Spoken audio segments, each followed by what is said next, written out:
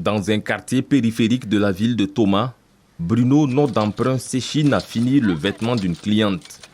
La machine à coudre tourne, à la manœuvre, l'air serein. Bruno nous compte ses derniers instants passés dans son village de Sarankwe, à 20 km de là, avant que les terroristes ne les poussent au départ. On avait entendu parler d'eux, qu'ils rôdaient dans les parages. Un jour, ils sont arrivés chez nous et ils nous ont donné jusqu'au lendemain pour quitter le village. C'est ainsi que ma famille et moi avons quitté le village pour venir à Toma ici. On est là depuis des mois et depuis on n'a rien reçu comme aide. En termes de vivres, on n'a rien reçu. Pourtant, il y a nos pères et nos enfants avec nous. Au total, Bruno aura fui avec 15 membres de sa famille. Depuis son installation ici à Toma à près de 200 km de Ouagadougou, les difficultés ne manquent pas. Depuis que je suis là, je me débrouille avec la couture et ma clientèle. Mais c'est difficile et c'est loin de mes attentes. Dans mon village, je gagnais beaucoup plus que cela. Cette région de la boucle du Mouhoun où vit Bruno est l'une des plus touchées par le terrorisme. Hormis son village, d'autres localités ont dû plier bagages. C'est le cas de Zouma, village de Fatou, autre nom d'emprunt. C'est à peine à 10 km de notre position. Là-bas aussi, les faits ont semblé se répéter. Ils sont venus nous chasser un soir de chez nous. Nous sommes partis puis nous sommes revenus chez nous. À partir de là, ils ont commencé à tuer les gens et finalement, tout le monde est parti.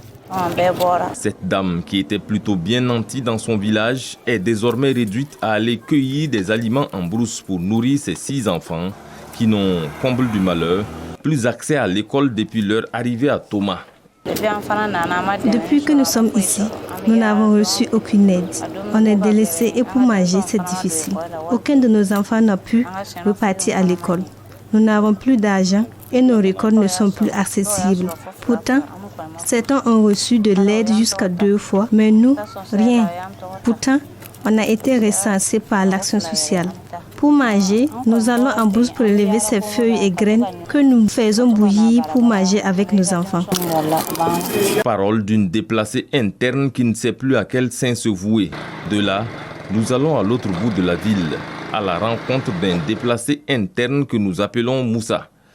Il est parti de Gassan depuis janvier de cette année. Plus de 10 mois ou bien combien de mois au dehors, là, vraiment, c'est pas simple. Nous vivons difficilement. Voilà.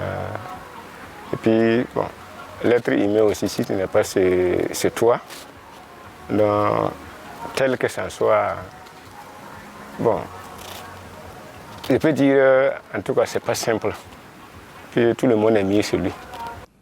Entouré pour tout, il a reçu de l'aide une seule fois depuis son arrivée. Et depuis, il est sans activité avec pourtant un loyer à payer comme tant d'autres déplacés. Depuis de longs mois, les environs de Toma ne sont plus paisibles. De nombreuses localités se sont vidées. Dernière en date, Biba à 8 km de Toma. Après des opérations de l'armée diffusées sur la télévision nationale, une partie de la population de la localité est repartie sur place, mais la zone reste très dangereuse.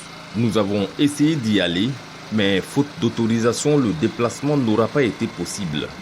Sur place, c'est une unité d'élite de la police nationale qui tient la localité face à des terroristes qui rôdent encore aux alentours. Gildas Da de retour de Toma, VOA Afrique.